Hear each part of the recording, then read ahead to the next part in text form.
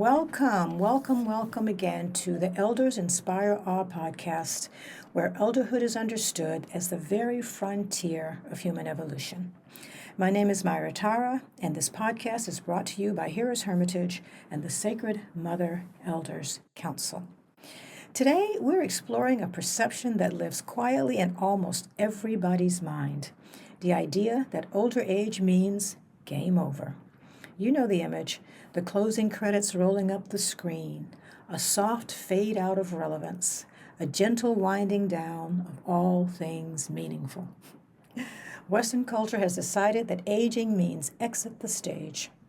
The script goes something like this: your productive years are behind you, when material productivity represents at most only half of what we are. Your mind is not what it used to be.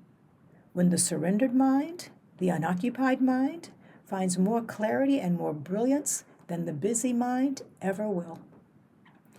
Elderhood doesn't close down the mind, it blows it wide open into a vast and spacious awareness. The truth is that older age is meant to be the moment when our greatest possibility finally comes into reach.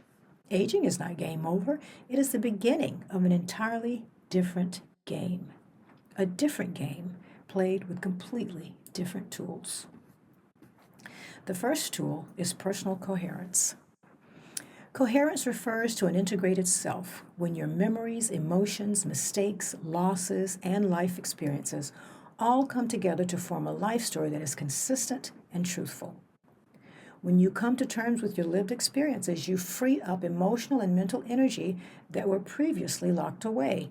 Presence becomes your natural stance. You meet the world as it is, without needing to flinch, flee, or fix. Any meaningful influence of the Sacred Mother Elders Council depends on each one's deep personal coherence. There is a 1-year journey to council at Heroes Hermitage. It's designed specifically to increase personal coherence in 3 stages. And with each increase in personal coherence comes new awareness, new insight, and new inner guidance that earlier versions of the self simply could not have accessed. The second tool is intention. Rollo May defines intention as a state of being involving the totality of the individual's orientation to the world at that time. I want to say it again.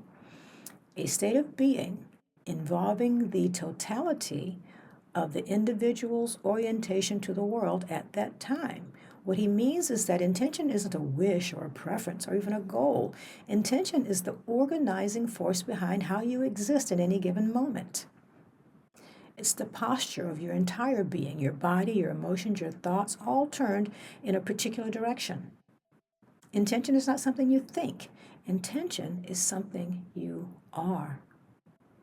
Intention is so powerful. It silently shapes not only your life, but all life, because everything that exists is inseparable at the level of energy. Cultivating the deep sense of ourselves as the energy beings we are and unifying our intentions are key methods for generating the change we seek at the Sacred Mother Elders Council. Jack Canfield once said that the force field created by intention is the square of the number of people holding the same intention at the same time. The force field created by intention is the square of the number of people holding the same intention at the same time. This means that when elders gather with refined attention and disciplined intention, and with coherent presence, our impact is exponential. May I say again, we are playing an entirely different game here. Who on earth could think the game is over for elders when the capacity for piercing attention and refined intention is at its height in later life? This leads us to our third tool, which is our bond. Sacred Mother Elders Council is a group project, not a solo one.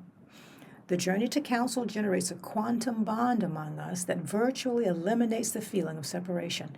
There is nothing more satisfying to humans than good resonant company. And the council's success relies on the integrated resources of all the elders, so our bond is essential for producing our anticipated results. As we evolve as a community of warm and vibrant elders, we evolve our capacity to serve emergent culture. And the last tool, the last one I'll mention today, is the physical body. The non-dual energy that we are, it lives and breathes and moves through our bodies. So the physical body is one of our most important tools. I'll give you an example. The right hemisphere of the brain detects all approaching energy frequencies from the external environment. It reads the energy emanating from people's eyes, resonating in their voice tones, embodied in their postures. It detects ease and warmth and safety with the same precision that it detects dis-ease and threat. It transmits this meaning with unwavering precision to the solar plexus. Then at lightning speed, the solar plexus alerts the rest of the body. This transfer of meaning does not involve thought. Thought is too slow.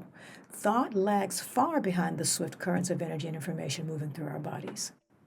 And so at Hero's Hermitage, we fine-tune our bodies through various disciplines designed to place and retain the body in proper condition for quantum-level receptivity and quantum-level influence.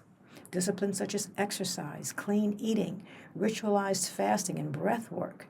These take on increasing importance so that council members can access higher energy frequencies and increase physical energy and vitality. Disciplines are not imposed on those on the journey. The desire for greater discipline emerges organically. Most often I find myself exercising because I have an abundance of energy, not because I coerced myself. My soul's enthusiasm spills over into how I care for my body. So as we move toward elderhood, we begin to see clearly what truly matters. We learn the pace of real life, the pace of connection, the pace of breath, the pace of awareness. We no longer hurry to keep up with the world. We invite the world to keep up with what is real. We become lovers of humanity, not as an idea or as a theory, but as an embodied way of being. Elderhood is not some reward for surviving. Elderhood is the initiation into new life. The final third of life is not the epilogue, it is the climax. It is the moment when all our experiences, our losses, our heartbreaks, our mistakes, our revelations, finally integrate into something steady and sacred. This is why elderhood is not a game over moment, but a game-changing moment. The Sacred Mother Elders Council seeks to gather elder mothers whose souls have ripened enough to hold the human community with both tenderness and truth. And as the council rises, as its presence take root, societies will heal, families will stabilize, children will flourish, and communities will become places of joy. Thank you for listening to the Elders Inspire Awe podcast. If what we are doing at the Sacred Mother Elders Council is becoming clearer to you, if this message resonates, please like, follow, and share this episode with an elder mother or someone becoming one. And if you feel the council calling you, reach out to us at contactus@heroeshermitage.info. I'll place the email below in the comment section as well.